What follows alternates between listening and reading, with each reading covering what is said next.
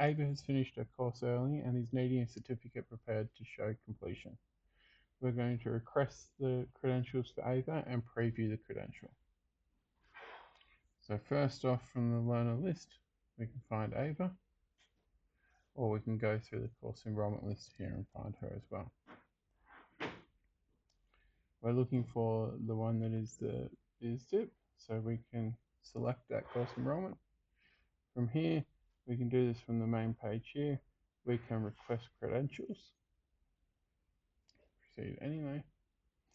The credential we're wanting to create, the date on the credential, the issuing officer, and then save. From here, we can go to her credentials tab,